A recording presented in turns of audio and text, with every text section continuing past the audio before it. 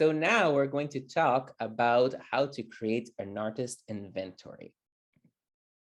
So what is an inventory?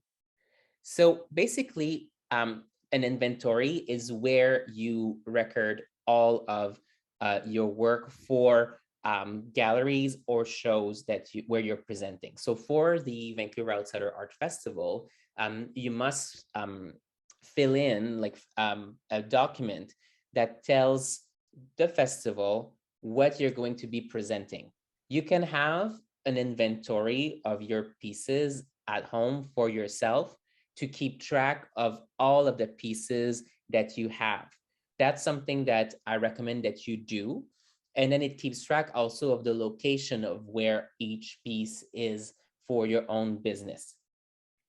So when you have an inventory, usually inventory comes with a number. So each piece that you have, I recommend that they're numbered. So then for yourself, basically it's like a big filing cabinet of all artworks. Every single piece has its number, so you can keep track of it for sales and for copyrights. So an inventory number is the clear marking of an artwork to systematically record and identify your works.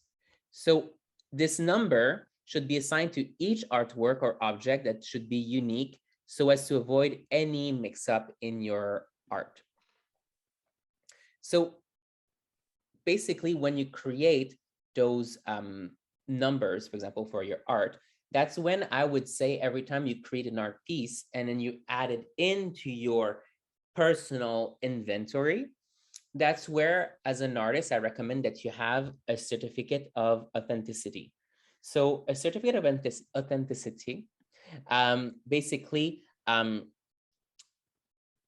is a document that you create that you can give to the buyer, basically, or that to basically show that you've done that piece and that that piece has been created by an artist. So it does not necessarily change anything to your art, but it can bring value that it's something that is a collectible item.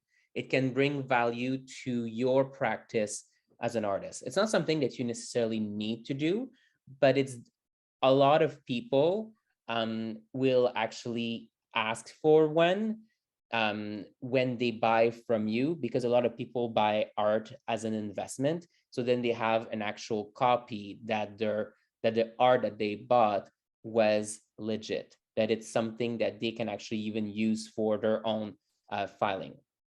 So here, if we look at what is included here in an artist inventory, so you have your edition number, and the edition number should be the same number that is attached to the certificate of authenticity. Sorry for my beautiful French-speaking accent. So basically, the certificate should have the same number as what's on the art inventory. On the inventory, you also add the title, the medium, and the price. Or sometimes you're showing in places, like for example, at the Vancouver Outsider Art Festival, you may decide not to sell your pieces and just do a show for show. So basically, if you do that, you write NFS, so basically not for sale. So where do we get the actual document?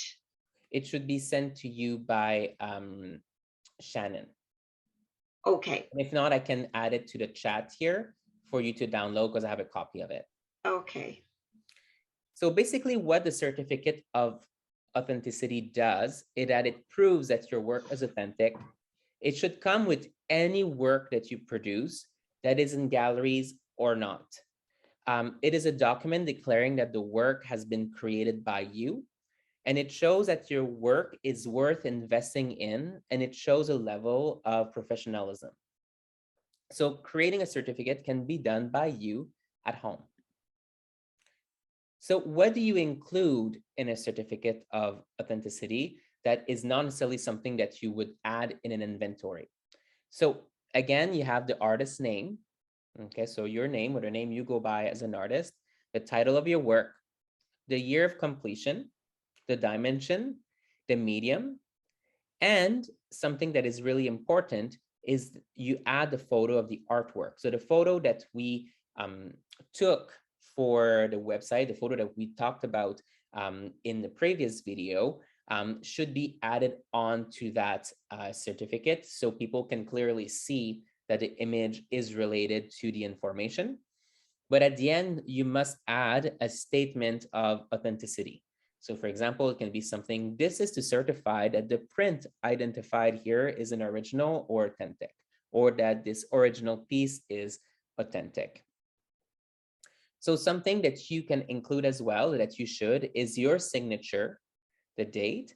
You can have your contact information as well. For example, if that piece has been given as a present and somebody gets it, they want to contact you and they want to know more about pieces, or if they want to become collectors, then it can reach you. You can add, for example, a link to your website or your portfolio. It's not mandatory, but it's more promo for yourself. Yeah, so you have your tracking number again, and you can add a rubber stamp if you want. You can make it fancy. You don't have to, but you can actually make it look like an actual like certificate if you want.